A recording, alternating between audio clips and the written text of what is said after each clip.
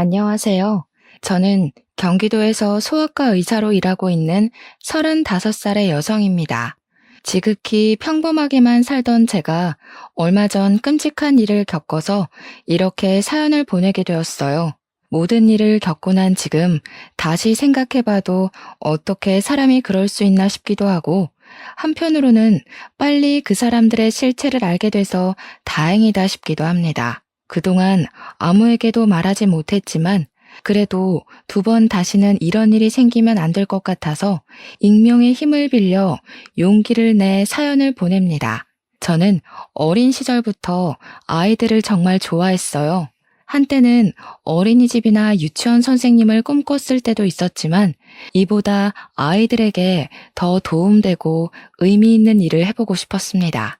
그래서 소아과 의사라는 꿈을 가지고 의대에 진학했고 열심히 노력해서 전문의 자격증도 따고 소아과도 개원할 수 있었어요. 사실 소아과를 개원할 때는 비용이 적지 않게 들어서 약간 부모님의 도움도 받긴 했습니다. 저희 아빠는 지금 자동차 부품 회사를 운영하고 계시는데 자세히는 모르지만 직원 수가 50명 정도 되고 연 매출이 100억 정도 되는 회사이거든요. 회사를 잘 운영하시는 부모님 덕에 저는 제가 하고 싶은 일을 다 하며 별 어려움이나 걱정 없이 편하게 살았습니다. 이랬던 제가 나이를 한 살 한 살 먹으면서 걱정이 생기게 되었는데 그것은 바로 저의 결혼 문제였습니다. 아이를 엄청나게 좋아했기에 결혼을 빨리 해서 저와 닮은 아이를 갖고 싶었으나 저는 어릴 때부터 공부만 해왔고 이성에 대해서는 큰 관심이 없었습니다. 그래서 남들은 다 하는 연애도 제대로 해본 적이 없었어요. 연애해야 결혼도 하고 아이도 갖고 할 텐데 연애도 해본 적이 없는 제가 무슨 수로 아이를 낳을 수 있겠습니까?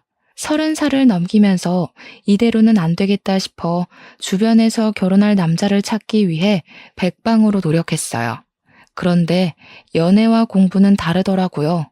공부는 제가 열심히 노력하면 얼마든지 되는 것이었는데 연애는 노력한다고 해서 되는 것이 아니었습니다. 남들은 어린 나이에 소아과 의사가 되어 개원한다고 부러워했지만 저는 정말 답답하고 결혼을 못하는 이 현실이 속상했어요. 그래서 결혼 정보 업체를 통해 제 짝을 찾아볼까도 했지만 조건만 보고 억지로 맺어진 인연은 싫었습니다. 그러던 어느 날이었어요. 소아과에 비타민과 같은 유아 영양제를 납품하는 제약회사가 있었는데 우리 병원을 담당하던 영업 직원이 새로 들어왔다고 인사를 왔습니다. 그런데 이 영업 직원이 저의 고등학교 동창 이도훈이었어요.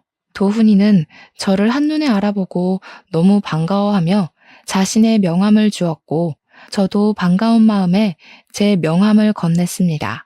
도훈이는 학교 다닐 때부터 공부를 잘하더니 의사가 됐느냐고 하며 별일 없으면 오늘 저녁 퇴근 후 같이 밥이나 먹자고 했어요. 저도 별 약속이 없었고 그날은 야간 진료도 없어서 식당에서 보기로 했답니다. 그날 저녁 약속한 시각이 되어 만나기로 한 식당으로 나갔어요. 도훈이는 이미 식당에 와 있었고 제가 식당에 들어가자 아주 반갑게 맞아주었습니다. 고등학교 시절에는 그저 개구쟁이였는데 어른이 되고 어엿한 직장인이 된 도훈이는 참 늠름해 보였어요. 우리는 순수했던 고등학교 시절로 돌아가 그동안 살아온 이야기를 나누었습니다. 도훈이네 아버지는 작은 회사를 운영하고 계셨고 어머니는 보육원을 운영하고 계셨어요. 그리고 도훈이에게는 3살 많은 형이 있었는데 그 형은 지적장애 장애가 있었습니다. 대화하다가 문득 도훈이의 형이 생각나서 요새 어떻게 계시냐고 물었더니 좋은 짝을 만나 몇 년 전에 결혼했다고 하더라고요. 그날 우리는 밥과 술을 먹으며 급속도로 친해지고 그 뒤로도 종종 연락을 주고받았습니다. 주말에는 영화도 보고 같이 운동도 하며 자주 만나다 보니 우리는 서로에게 이성적인 호감이 생기기 시작했고 정식으로 연인이 되었어요. 그렇게 6개월 정도 만났는데 만나면 만날수록 도훈이는 참 좋은 사람이라는 생각이 들었습니다. 저의 이야기를 잘 들어주고 지난 6개월 동안 한 번도 욱하거나 화를 낸 적이 없었으며 어른들에게도 예의 바르게 행동했어요. 그런 모습을 보니 도훈이가 더 좋아지고 이런 사람과 결혼하고 싶다는 생각까지 하게 되었답니다. 도훈이 역시 저와 같은 생각이었는지 저와 결혼하고 싶다는 이야기를 종종 했고 서로의 마음을 확인한 우리는 결혼을 계획하고 각자의 집에 방문하기로 하였습니다. 먼저 이제는 저의 예비 남편이 된 도훈이가 우리 집에 인사를 드리러 왔어요. 저는 예비 남편에게 빈손으로 오라고 신신당부를 했지만 예비 남편은 그럴 수 없다며 어르신들에게 필요한 영양제에 과일까지 사들고 집에 왔습니다. 부모님은 너무 반가워하시며 제가 나이 먹고 결혼도 못할 줄 알았는데 이렇게 저와 결혼을 결심해줘서 고맙다며 아주 많이 반겨주셨어요. 도훈이는 엄마가 새벽부터 준비하신 음식들을 아주 복스럽게 먹었고 그런 모습을 본 부모님은 아주 좋아하셨습니다. 식사를 마친 후 거실에서 이야기하다가 예비 남편의 부모님, 저에게는 예비 시부모님에 관한 이야기가 나왔습니다. 그런데 놀랍게도 예비 시아버지가 운영하는 회사가 우리 아빠 회사의 하청업체더군요. 아빠는 세상에 이런 우연이 어디 있느냐고 하며 아무래도 보통 인연이 아닌 것 같으니 조만간에 얼른 상견례를 하고 결혼 날짜를 잡기로 하였습니다. 도훈이와 부모님의 첫 만남은 아주 화기애애했고 이어서 다음 주에는 제가 예비 남편의 집에 첫인사를 드리러 갔어요. 저는 어지간하면 긴장을 하지 않는 성격인데 정말 심장이 튀어나올 정도로 엄청나게 떨렸습니다.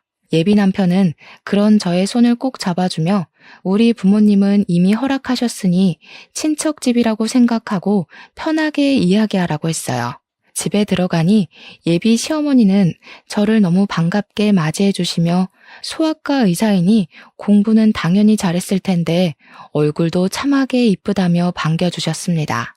예비 시아버지 역시 환하게 웃으시며 잘 왔다고 어서 오라고 하셨어요.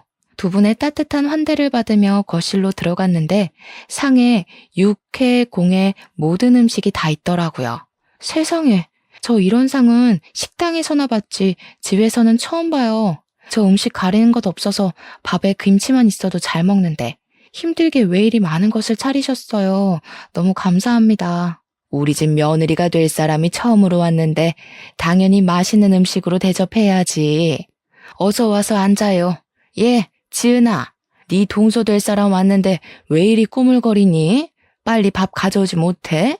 부엌에서는 저의 예비 형님이 땀을 뻘뻘 흘리며 얼굴이 시뻘개져서 허둥지둥 음식을 준비하고 있었습니다. 저는 예비 형님이 당연히 저보다 나이가 많을 줄 알았는데 한눈에 딱 봐도 너무 앳되고 어려 보였어요. 예비 형님께 인사를 하고 저와 예비 남편 그리고 예비 시부모님과 예비 시아주버님까지 상 앞에 앉았습니다. 그런데 예비 형님 혼자서 수저를 놓고 밥을 나르고 국을 나르고 계시는데 아무도 예비 형님을 도와주지 않았어요. 어느 정도였냐면 쟁반에 밥과 국, 수저를 가지고 오면 앉아있는 사람들끼리 상을 차릴 수는 있잖아요. 그런데 예비 남편을 포함한 모든 가족이 그조차도 하지 않아서 예비 형님 혼자 이리저리 다니며 수저를 일일이 다 놓고 밥과 국도 놓더라고요. 이건 아닌 것 같아서 제가 좀 거들려고 자리에서 일어났습니다. 예비 시어머니가 그런 저에게 어디 가느냐고 하시길래 형님 혼자 바빠 보여서 일 좀 거들려고 한다고 했더니 어머니는 굳이 그럴 필요 없다며 오늘 처음으로 온 자리니 그냥 편하게 밥이나 먹고 가라고 하셨어요. 예비 형님은 혼자 너무 힘들어 보이는데 다들 형님을 거들떠보지도 않더라고요. 지금 이런 상황도 이해가 가지 않는데 더 황당한 것은 밥과 국이 다 차려지고 나서도 예비 형님은 자리에 앉지 않고 옆에서 가만히 서서 있었습니다. 형님도 같이 앉아서 식사해요. 저 때문에 음식 다 차리시느라 힘드셨을 텐데 같이 드셔야죠. 쟤는 원래 나중에 먹는단다. 신경 쓰지 말고 어서 먹어. 알겠지? 그리고 지은아, 국이 너무 짜잖니? 너는 살림을 얼마나 했는데 아직도 간 하나 제대로 못 맞추니? 하여튼 뭐 하나 제대로 할 줄 아는 게 없어요. 가서 물이나 떠와. 예비 시어머니는 저한테는 아주 상냥하고 나긋나긋하게 잘 대해주었지만 예비 형님한테는 너무 까칠하고 매섭게 이야기하셨습니다. 예비 형님은 그런 어머니의 말에도 원래부터 당연히 그래왔던 것처럼 억울한 표정 하나 없이 밥상 옆에 서 있었고 다른 가족들도 그런 예비 형님을 아무도 신경 쓰지 않았어요. 예비 아주버님 역시 마찬가지였습니다. 자신의 부인이 이런 하대를 받고 있는데도 아무렇지 않게 생각하고 밥만 먹고 있더라고요. 이런 모습이 저는 너무 불편하고 이해가 되지 않았습니다. 편하지 않은 식사가 마쳐지고 부엌에 가보니 설거지할 그릇이 정말 많았고 예비 형님은 그 앞에서 한숨을 쉬고 있었어요. 밥도 못 먹고 차리기만 한 형님이 안쓰러워서 주방에서 같이 설거지를 하려고 했습니다. 제가 고무장갑을 끼자 예비 시어머니는 네가 왜 고무장갑을 끼느냐고 하며 이런 일은 지은이 시키면 된다고 하셨어요. 그러면서 어머니는 제 손에 있던 고무장갑을 빼버리고 예비 형님한테 빨리 상 치우고 과일을 내오라고 했습니다. 예비 형님 혼자 상을 다 치운다고 쟁반에 그릇들을 옮기는데 그 누구 하나 도와주지 않고 구경만 하고 있었어요. 이건 정말 아니다 싶어서 제가 조금씩 도우려고 하자 예비 시어머니도 남편도 아무것도 하지 말고 그저 앉아 있으라고 했습니다. 이렇게 예비 형님 혼자 모든 그릇을 다 치우니 이번에는 예비 시아버지가 빨리 과일 좀 내오라고 화를 버럭 내셨고 예비 형님은 예비 시아버지의 호통에 과일을 깎기 시작했어요. 예비 형님 혼자 종종거리며 과일과 차를 내오고 혼자 부엌에 들어갔습니다. 저는 그런 예비 형님이 신경 쓰여서 마음 편히 있을 수가 없었어요. 저의 이런 속도 모르고 예비 남편은 그저 실실 웃으며 과일을 먹고 있었고 예비 시아버지는 자신이 운영하는 회사와 우리 아빠가 운영하는 회사가 협력 관계라며 세상에 이런 우연이 어딨냐며 좋아하셨습니다.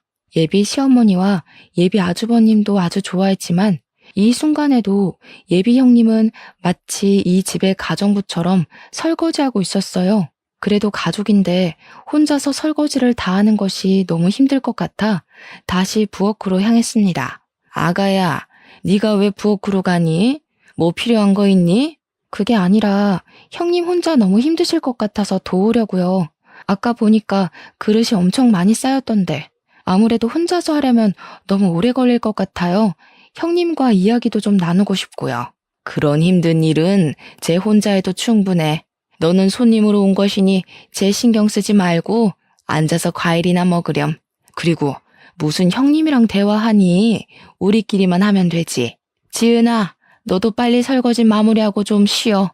너 때문에 우리 새아가가 불편해하지 않니? 아유, 쟤는 눈치도 없고 생각도 없고 손도 느리고. 예비 시어머니는 제가 민망하게 느낄 정도로 예비 형님을 혼내셨습니다. 이렇게 예비 시어머니가 대놓고 무시를 하는데도 아무도 여기에 대해 토를 달지 않았고 이게 당연하다는 듯이 앉아서 과일을 마저 먹고 있었어요. 심지어 예비 형님의 남편까지도요. 이런 분위기가 정말 이해가 가지 않았고 너무 불편했습니다. 과일을 먹는 둥 마는 둥 하고 예비 시댁에서 나왔어요. 집으로 가는 길에 예비 남편에게 예비 형님에 관해서 물어보았습니다. 예비 형님은 원래 예비 시어머니가 운영했던 보육원에서 아기 때부터 자랐다고 해요. 그러다가 만 18세가 되어 보육원을 퇴소하고 바로 형과 결혼을 해서 지금까지 시댁에서 같이 살며 집안일을 하고 있었습니다. 그럼 형님은 몇 살이냐고 물으니 이제 고작 23살이래요. 예비 아주버님이 36살이니 둘이 무려 13살이나 차이가 났습니다. 남편에게 그럼 아주버님과 형님이 정말 사랑하고 연애해서 결혼한 것이냐고 했더니 그런 건 아니고 그냥 부모님이 결혼하라고 해서 했다는 거예요. 여러분은 이게 말이 되시나요? 지금 세상이 어떤 시대인데 부모님이 정해준 짝과 정략 결혼을 합니까?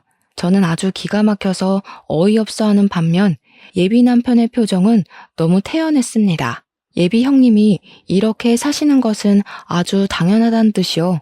나는 솔직히 어머니가 형님한테 막 대하는 것도 이해가 가지 않고 그런 모습을 보고도 다들 가만히 있는 것도 이해가 가지 않아. 그리고 지금이 어느 시대인데 어머니가 결혼하라고 해서 결혼하고 또 밥상 차린 며느리한테 고생했다는 말은 하지 못할 망정 옆에 서 있으라고 하니? 형수는 아주 어린 시절부터 보육원에서 자라면서 엄마의 도움으로 고등학교까지 졸업했고 졸업 후에도 형과 결혼시켜서 가족이 되어준 거야. 오늘 하루만 본 너는 이해가 안 될 수도 있겠지만 엄마로서는 피 한 방울 섞이지 않은 남에게 학비도 대주고 옷도 입히고 밥도 먹이면서 키운 데다가 가족도 없는 사람에게 가족도 되어줬는데 이 정도 대접은 받아도 되는 거 아니야? 이게 대접이야? 글쎄, 내가 보기에는 형님 그냥 그 집의 가정부이고 하녀 같아 보였어. 차라리 진짜 가정부라면 월급이라도 받지. 형님은 뭐 돈이라도 받니? 난 이 모든 상황이 이해가 가지 않네. 그리고 어머니가 그렇게 한다고 해도 너라도 그렇게 하지 못하게 말렸어야지. 어떻게 그냥 그거를 보고만 있어? 뭘 그렇게 따지고 들어. 어차피 너는 평일에는 매일 병원에서 출근해서 집안이 어떻게 돌아가는지 알지도 못할 텐데. 그냥 형과 형수는 형수의 인생을 살고 나랑 너는 우리끼리의 인생을 살면 되는 거 아니야? 그냥 그러려니 하면 되지. 뭘 그렇게 하나하나 다 따져대냐? 따지는 게 아니라 사람이라면 당연히 이상하다고 생각하는 거 아니야? 길 가는 사람들한테 물어봐. 어머니가 형님한테 하는 대우가 정말 타당한 것인지 말이야. 아주버님은 지금 많이 아프시니까 그런 사리분별이 조금 어려워도 너는 사리분별 올바르게 할 수 있잖아. 이게 지금 옳은 일인 것 같니? 너라도 말리고 형님 편이 되어드려야지. 제가 처음으로 큰 소리를 내자 예비 남편은 마지못해 알겠다고 했습니다. 그날 집에 와서 아무리 생각해봐도 예비 시댁이 이해가 가지 않았고 예비 형님은 어린 나이에 왜 그런 고생을 하고 살고 있는지도 궁금했어요. 저는 부모님께도 제가 예비 시댁에서 본 것들을 그대로 말씀드렸어요. 아무리 며느리라고 해도 그렇지 세상에 그런 대우를 하는 사람들이 어딨냐며 도울 방법을 찾아보라고 했습니다. 다음 날 예비 남편과 퇴근 후 만나기는 했지만 이전과는 다르게 뭔가 묘하게 어색하고 불편했어요.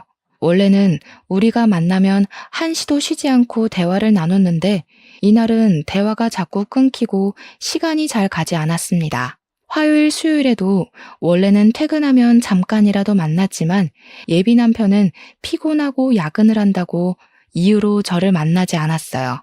뭔가 피하는 것 같다는 생각이 들었습니다. 그리고 목요일이 되었어요. 우리 병원은 매주 목요일에 휴진해서 그날 개인적인 업무를 많이 보곤 했습니다. 이날은 엄마의 심부름으로 마트에 갔는데 예비 형님이 마트에 있었어요. 저는 너무 반가워서 예비 형님한테 인사를 했습니다. 얼마 전 집에서 처음 봤을 때보다 더 어리고 풋풋해 보였어요. 저는 저번에 인사드리러 간 날 대화도 제대로 못 나눴는데 잠깐 커피 한잔 할 수 있냐고 물었습니다. 예비 형님은 어머니가 친구 집에 놀러 가셔서 괜찮을 것 같다고 했어요. 우리는 근처 카페에서 음료를 주문하고 어색하게 앉아 있었습니다. 저는 예비 형님에게 아주버님과 어떻게 결혼을 했는지 물어보았어요. 예비 형님은 저번에 예비 남편이 말한 대로 보육원에서 자라 어머니를 진짜 엄마로 생각하고 따랐다고 합니다. 그러다 만 18세가 되어 보육원에서 나가야 했는데 어머니가 자기 아들과 결혼하라고 해서 결혼했다고 해요. 저는 아무리 그래도 두 분이 13살이나 차이가 나는데 아주버님이 남자로 보이고 결혼할 마음이 생겼냐고 물었어요. 예비 형님은 사실 그때 보육원에서 나가면서 돈도 없었고 나가서 할 줄 아는 것도 없어서 그 당시에 먹고 살려면 결혼하는 수밖에 없었다고 합니다. 저는 두 분이 사랑도 없이 결혼했는데 후회되지 않냐고 물었어요. 예비 형님은 사실 다른 보육원 친구들은 돈 없이 사회에 나가 고생하고 위험한 길로 빠지고 교도소에 들락날락하는 친구도 많은데 자신은 그래도 꽤 좋은 집에서 삼시세끼 먹고 살 수 있으니 이 정도면 그래도 꽤 괜찮은 것 같아서 후회되지 않는다고 했습니다. 어린 나이에 자신의 꿈도 제대로 펼치지 못하고 집에서 보니 가정부처럼 생활하는데 이게 도대체 뭐가 괜찮다는 것인지 이해가 되지 않았어요.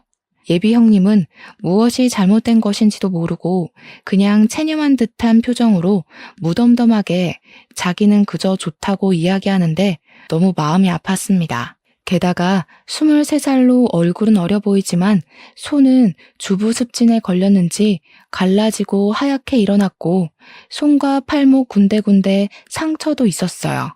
그렇게 예비 형님이 그동안의 이야기를 한창 하셨는데 예비 시어머니한테 전화가 왔습니다. 전화 내용은 못 들었지만 예비 형님이 자꾸 죄송하다고 하는 것 보니 빨리 들어오지 않는다고 혼내는 것 같았어요. 이대로 들어가면 예비 형님이 크게 혼날 것 같아서 일부러 예비 시댁으로 같이 들어갔습니다. 예비 시어머니는 당연히 예비 형님 혼자서 들어올 줄 알았는데 저와 같이 들어오자 깜짝 놀라셨어요.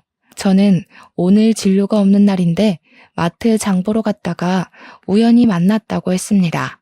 예비 시어머니는 저에게 얼른 들어오라고 하며 예비 형님에게 마실 거리 좀 내오고 가서 화장실에서 이불 빨래를 하라고 했어요. 제가 집 앞에 세탁소가 있던데 집에서 이불 빨래를 하느냐고 물으니 집에 지은이가 있는데 왜 돈을 들이냐고 했습니다. 예비 시어머니는 예비 형님을 가족이 아닌 그저 가정부로만 보았어요. 저는 이 집에서 예비 형님을 빨리 구해내야겠다고 생각했고 예비 시어머니가 운영하는 보육원의 다른 아이들은 과연 잘 지내고 있을지 궁금했습니다. 직접 제 두 눈으로 아이들을 확인해보고 싶어서 예비 시어머니에게 보육원에 가서 의료봉사를 하겠다고 제안했어요. 의료봉사? 해주면 좋긴 한데 너도 바쁠 텐데 굳이 할 필요 있겠어? 아이들도 50명이나 돼서 혼자서는 힘들 텐데. 50명이면 우리 학교 후배들과 함께 의료봉사 나가면 돼요. 의료봉사하면 다양한 환자들을 접할 수 있어서 의사 후배들한테 도움이 되는 부분이 있거든요. 저도 예전부터 의료봉사 꼭 해보고 싶기도 했고요. 어차피 아이들 건강 상태도 검사해야 할 테니 제가 가서 할게요. 이번 주 일요일에 별일 없는데 보육원에 가도 되죠? 일요일? 그래, 일단 알겠다. 보육원에 말은 해놓으마. 아, 그리고 어머니, 예비 형님이 보육원 출신이라고 들었어요. 그날 예비 형님과 같이 가고 싶은데 그래도 되죠? 지은이는 왜? 지은이는 집에서 일하는 아이다. 굳이 거기까지 같이 갈 필요가 있겠니? 같이 있어봤자 별 도움도 되지 않을 텐데. 아이들은 낯선 사람에 대한 경계가 상당하거든요. 그래서 저 혼자서 진료보는 것보다는 같이 지냈던 사람이 함께 있으면 더 도움되고 좋을 것 같아요. 그날 예비 형님도 같이 갈 수 있게 허락해주세요. 예비 시어머니는 예비 형님도 같이 가게 해달라는 말에 매우 당황한 듯 보였지만 제가 거의 조르다시피 하여 허락을 받아냈습니다. 저는 일요일에 예비 시댁에 와서 식구들을 다 태우고 보육원에 가기로 했어요. 다 함께 봉사를 가기로 한 일요일이 되었습니다. 평소에 친하게 지내던 학교 후배들은 바로 보육원으로 출발했고 저는 예비 시댁으로 가서 예비 시어머니와 예비 남편 그리고 예비 형님과 다 같이 보육원으로 향했어요. 예비 남편과 저는 여전히 뭔가 어색했습니다. 보육원의 의사 후배들이 먼저 도착해 있었고 아이들은 운동장에 있었는데 20명 정도밖에 없어 보였어요. 저는 예비 시어머니에게 50명 정도 되는 아이들이 있다고 했는데 왜 이거밖에 없냐고 물었더니 지금 30명 정도는 날이 좋아 소풍을 갔다고 했습니다. 저와 의사 후배들은 바로 조를 짜고 20명의 아이를 분담해서 진료를 시작했어요. 예비 형님은 제 옆에서 아이들의 긴장을 풀어주는 역할을 했고 예비 시어머니와 예비 남편은 보육원 내의 사무실에 들어갔습니다. 진료를 시작했는데 제가 그동안 소아과에서 본 아이들과는 달리 표정이 모두 다 어두웠어요. 원래 아이들은 어른들과는 달라서 아프고 열이 나도 떠들고 장난치는데 보육원에 있는 모든 아이가 눈치 보는 것 같고 뭔가 겁에 질린 표정들이었습니다. 예비 형님이 일부러 아이들에게 말을 걸었지만 다들 저와 후배들을 경계하고 있는 것 같았어요. 묻는 말에 대답도 하지 않고 웃긴 하는데 억지 웃음이었습니다. 아이들의 표정도 상태도 이상했고 제가 분명히 오늘 의료봉사를 한다고 했는데 그 날짜에 맞춰서 절반이나 되는 아이들이 소풍을 갔다는 것도 이상했어요. 다행히 운동장에 있던 아이들은 크게 아픈 곳은 없어 보였습니다. 진료를 마치고 보육원을 둘러보다가 보육원 후문 쪽에 창고 같은 건물이 하나 있었어요. 그곳은 뭐 하는 곳인지 궁금해서 들어가려고 하니 문이 잠겨 있더라고요. 저는 다시 돌아오려다가 무슨 소리가 들리는 것 같아 그 앞에 귀를 대고 서 있으니 보육원 직원이 놀라서 쫓아왔습니다. 여기는 그냥 창고로 쓰이는 곳이고 직원들 외에는 들어갈 수 없으니 얼른 저쪽으로 가라고 했어요. 일단 가기는 갔는데 창고 안에서 분명히 사람 소리가 들렸는데 창고라고 하니 뭔가 수상했습니다. 미심쩍은 부분이 너무 많았고 아이들도 겉보기에는 괜찮아 보였지만 심리적으로는 매우 불안해 보였어요. 그래서 이 보육원에 대해 조금 더 알아봐야겠다는 생각이 들었습니다. 일단 그날은 진료를 마치고 예비 시어머니 몰래 예비 형님의 전화번호를 받아냈어요. 그리고 아무도 몰래 할 말이 있으니 시간 날 때 언제든 전화를 달라고 했습니다. 그날 예비 남편이 집까지 데려다 주는데 보육원에서 본 아이들의 표정이 너무 어둡고 나이에 맞지 않게 눈치를 많이 보는 느낌이었다고 이야기했어요. 예비 남편은 부모가 버린 아이들의 표정이 밝을 리가 있겠냐며 부모님 손잡고 소아과에 온 아이들과 여기에 있는 아이들이 당연히 다를 수밖에 없는 것이 아니냐고 했습니다.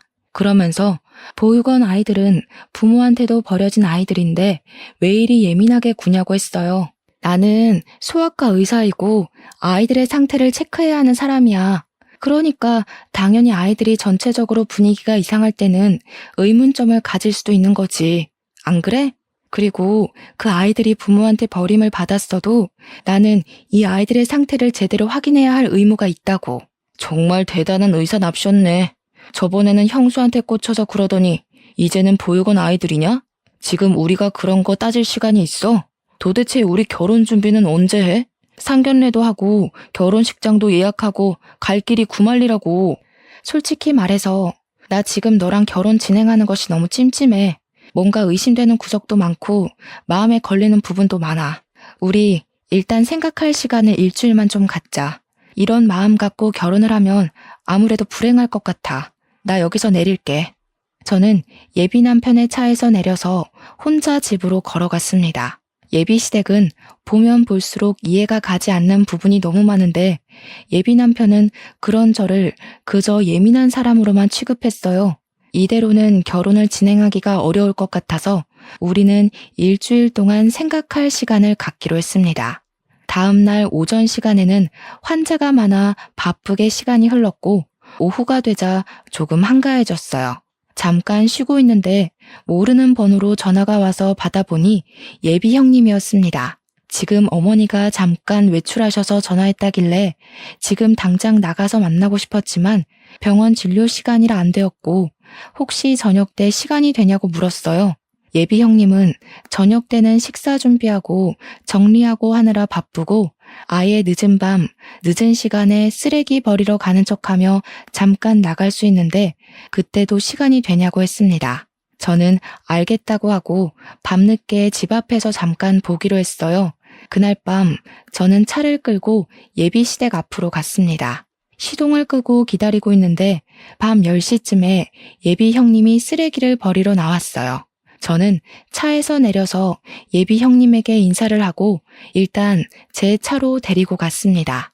예비 형님에게 사실 어제 보육원에서 이상한 점이 많아서 그런데 보육원에서 어떻게 생활했는지 좀 알려달라고 했어요. 예비 형님은 보육원 생활에 말하기 꺼리는 것 같았습니다. 저는 예비 형님에게 어려운 이야기라는 것은 잘 알지만 그래도 어린 아이들에게 혹시라도 좋지 않은 부분이 있다면 고쳐야 하지 않겠냐며 설득했어요. 예비 형님은 어렵게 과거의 이야기를 꺼냈는데 내용이 정말 충격이었습니다. 예비 시어머니는 보육원의 원장으로 있으면서 아이들에게 제대로 된 음식을 제공한 적이 없었어요. 항상 오래된 음식과 썩기 직전의 음식만 제공하였고 그마저도 조금씩만 주어서 매일 배가 고팠다고 합니다. 그리고 자신이 기분이 좋지 않으면 아이들을 구박하고 학대하기도 했고 그러다가 아이들의 몸에 상처가 나도 치료하지도 않았어요. 어쩌다 한 번씩 의료봉사나 손님들이 오면 몸에 상처가 있거나 흉터가 있는 아이들은 지하의 강당에 가둬놓았다고 했습니다. 아마 어제도 아이들이 소풍을 갔다고 했지만 지하의 강당에 갇혀 있었을 것이라고 했어요. 그리고 누가 보육원에 방문하면 무조건 웃고 외부에서 온 사람들과 절대 말 섞지 말라고 교육했다고 합니다. 만약에 웃지 않고 사람들과 쓸데없는 말을 섞다가 들키면 그날 밤 어머니는 아이들을 아주 심하게 구박했대요. 왜 어제 이런 이야기를 제게 하지 않았어요? 어제 알았으면 제가 아이들을 찾아라도 봤을 텐데요. 사실 어머니가 저는 눈치가 빠르다고 하면서 많이 때리지도 않으셨고 예뻐해 주셨어요. 다른 보육원 친구들은 자립금을 얼마 주지도 않고 만 18세가 되어 거의 맨몸으로 쫓겨날 때 저는 이 집으로 시집와서 따뜻하게 삼시세끼 먹고는 있잖아요. 지금 다른 친구들은 길거리에서 생활하고 이미 교도소도 몇 번 들락날락하기도 했어요. 저 그 친구들처럼 이 집에서 내쫓길까봐 두려워요. 제가 본 것들 그냥 입 다물고 모른 척하고 있으면 이 집에서 오래 살 수 있는데 괜히 폭로하면 이 집에서 저 쫓겨난다고요. 그러니 언니 제발 제가 이 집에서 쫓겨나지 않게 그냥 이 모든 사실 모른 척 해주세요. 저 여기서 쫓겨나면 아무 데도 갈 곳이 없어요. 부모님도 없는 저는 세상에 혼자 버려진다고요. 예비 형님의 간절한 부탁에 저는 당장 어찌할 도리가 없었습니다. 저는 일단 예비 형님에게 피해가 가지 않도록 모른 척 하겠다고 하고 헤어졌어요. 그렇게 예비 형님과 헤어지고 집에 왔습니다.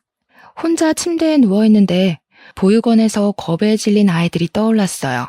그리고 자신을 먹이고 입히고 키워줬다는 이유로 원치도 않은 결혼을 하고 그 집에서 자신의 꿈은 생각조차도 하지 못한 채 가정부처럼 사는 예비 형님을 그냥 둘 수는 없었습니다. 그냥 이대로 있으면 저 역시 범죄를 묵인하는 방관자에 지나지 않는다는 생각이 들었어요.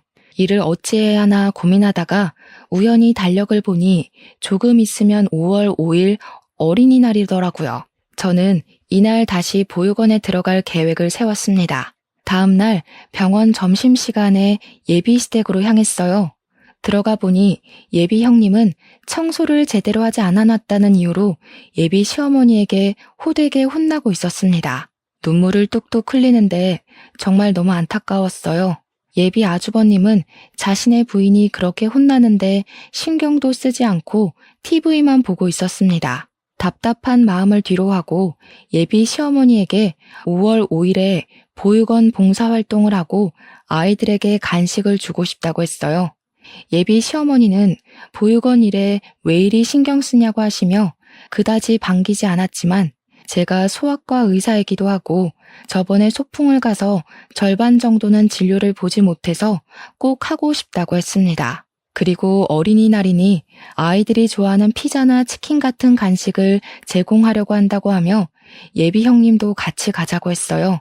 예비 시어머니는 탐탁치 않은 표정으로 굳이 그럴 필요 없다고 하셨지만 제가 완강하게 말하니 어쩔 수 없이 허락했습니다. 저는 예비 시어머니의 허락을 받아냈고 그 후 예비 형님에게 연락해서 보육원의 지하 강당이 어디냐고 물어봤어요. 그곳은 후문 쪽에 들어가는 입구가 따로 있었고 매일 잠가 놓는데 사무실에 그 열쇠가 있다고 했습니다. 순간 저번에 후문에 있던 창고 문을 열려고 하니 보육원 직원이 깜짝 놀라 했던 것이 떠올랐고 직감적으로 거기가 바로 지하 강당일 것 같다는 생각이 들었어요. 제가 알게 된 모든 사실을 부모님께 말씀드리니 부모님은 세상에 어떻게 아이들을 데리고 그런 짓을 할 수 있냐며 이거는 절대 용서하면 안 될 행동이라고 분노하셨습니다. 그런 집안과 제 결혼은 당연히 안 되는 것이고 이들이 법의 심판을 받도록 해야겠다고 하시며 제게 평소에 친분이 있던 변호사 한 분을 소개해 주셨어요. 저는 변호사님께 내가 알고 있는 사실들에 관해서 이야기했고 변호사님은 최선을 다해 도와주겠다고 했습니다. 그리고 예비 형님은 자신의 의지와는 상관없이 보육원 원장인 어머니가 시켜서 지적 장애가 있는 아들과 결혼한 것인데 혹시 혼인 취소가 가능하냐고 물었어요. 어렵기는 하지만 그래도 상황을 보면 아주 힘들 것 같지는 않다며 한번 진행해 보자고 했습니다. 그리고 5월 5일 어린이날이 되었어요. 저는 의사 후배들과 변호사님을 의사 후배인 척 위장을 하고 함께 보육원으로 향했습니다. 그날도 아이들은 운동장에 모여 있었는데 30명 정도밖에 없었어요. 나중에 온 예비 시어머니에게 아이들이 왜 이것밖에 없냐고 했더니 저번에 소풍 가서 진료를 못 본 아이들만 있고 그날 소풍을 못 간 아이들이 오늘은 소풍을 갔다고 했습니다. 아이들은 여전히 표정이 밝지 않았고 우리를 상당히 경계했어요. 한 명씩 진료를 보다가 직원들이 바쁜 틈을 타서 저와 변호사는 빠져나왔습니다. 몰래 사무실로 들어가 열쇠 뭉치를 찾아 챙기고 후문 쪽에 창고로 갔어요. 열쇠가 하도 많아 시간이 오래 걸렸지만 예비 시어머니와 보육원 직원들이 아이들에게 간식을 주느라 바빠서 저와 변호사님을 신경 쓰지 못했습니다. 드디어 창고의 열쇠를 찾았고 들어가서 지하로 가보니 예비 형님의 말대로 강당이 있었고 그곳에는 정말 진료를 받아야 할 아이들이 있었어요. 아이들은 제대로 먹지도 못했는지 많이 힘들어 보였고 몸 곳곳이 상처투성이었습니다.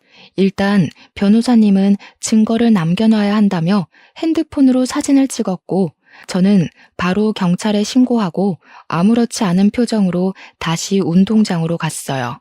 운동장에서는 예비 시어머니가 아이들에게 피자를 나눠주고 있었고 아이들은 서로 이야기도 하지 않고 허겁지겁 먹고 있었습니다.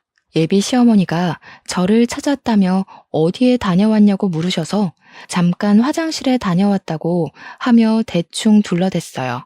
잠시 후 저의 신고를 받고 출동한 경찰들이 보육원으로 들어왔습니다. 예비 시어머니가 무슨 일로 오셨냐고 물었고 경찰들은 여기 아동학대 신고가 들어왔다고 했어요.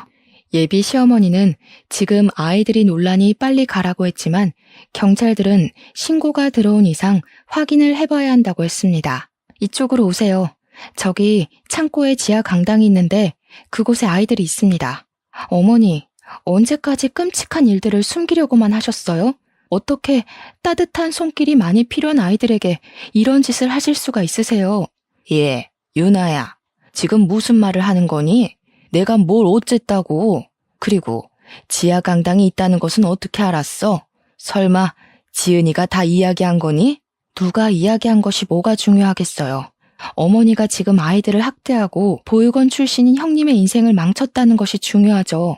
어떻게 아무리 부모님이 없다고 해도 그렇지 어머니 맘대로 자기 아들과 결혼시킬 생각을 하세요? 정말 끔찍합니다. 어머니가 그동안 저지른 모든 일들 다 처벌받게 될 거예요. 단단히 각오하세요. 예비 시어머니는 아동학대 혐의로 경찰에 바로 구속수사가 진행되었습니다. 저는 함께 경찰서를 갔다가 예비 형님과 함께 우리 집으로 갔어요. 이렇게 정신없고 제 평생 잊지 못할 어린이날이 지나갔습니다. 다음 날 병원에서 진료를 시작하려는데 밖에서 시끄러운 소리가 들려서 나가보니 예비 남편이 화가 잔뜩 나서 다 뒤집어 엎고 난리더라고요. 야, 김유나, 너는 남의 집 이렇게 풍비박산을 내놓고 태연하게 일을 하고 있어? 어떻게 사람이 이렇게 잔인해? 잔인? 진짜 잔인한 사람들이 누군데 여기 와서 난리야? 너네 부모 그동안 지은 씨를 얼마나 못살게 굴었니? 부모 없는 고아라는 이유로 자기들 멋대로 결혼시키고 집에서 가정부처럼 일 시킨 사람들이 어디서 나한테 잔인하대. 너희들은 그냥 너희들이 저지른 일에 대한 벌을 받은 거야, 알겠어? 괜히 여기 와서 화풀이하지 말고 빨리 가. 이게 지금 보자 하니까 그니까 넌 지금 네가 잘했다는 거야?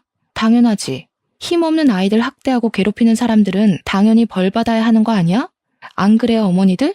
이때 병원에는 아이들의 어머니들이 정말 많이 계셨습니다. 저와 예비 남편의 대화를 다 들은 어머니들이 웅성대기 시작했고 아이들을 학대한 사람들은 당연히 벌 받아야 한다며 다들 제 말에 적극적으로 동의하셨어요. 예비 남편은 어머니들의 반응에 더는 말을 못 이어나가고 소리 지르며 정신 나간 사람처럼 발광했고 저는 예비 남편을 경찰에 신고했습니다. 결국 예비 남편은 경찰에 끌려나갔고 그게 그의 마지막 모습이었네요. 그 뒤 예비 형님, 아니 지은 씨는 우리 집에서 같이 생활했습니다. 우리 엄마가 해주신 음식을 먹고 저와 같은 방에서 살았는데 평생 혼자 살던 내게 친동생이 생긴 것 같아서 너무 좋았어요. 사실 옛날부터 자매끼리 같이 맛있는 음식도 먹고 놀러 다니는 모습을 보면 너무 부러웠거든요. 저도 그런 동생이 생긴 것 같아서 같이 사는 게 즐겁답니다. 지은 씨는 우리 집에서 한 달 정도 쉬고 바로 혼인 취소 소송을 진행했어요. 전 예비 시어머니는 보육원에서 아동학대 혐의로 조사를 받느라 정신없고 지은 씨의 남편은 정신적으로 힘들어서 제대로 된 소송이 어려웠습니다. 그런데 도훈 씨 아버지가 지은 씨 남편의 후견인 자격으로 혼인 취소를 안 시키려고 하는 거예요. 이를 어찌해야 하나 싶어 아빠에게 말씀드렸더니 걱정하지 말라며 방법이 하나 있다고 하셨어요. 현재 도훈이 아버지의 회사가 우리 아빠 회사의 하청업체인데 그쪽 회사 매출의 80%가 우리 아빠 회사와의 거래로 생긴다고 합니다.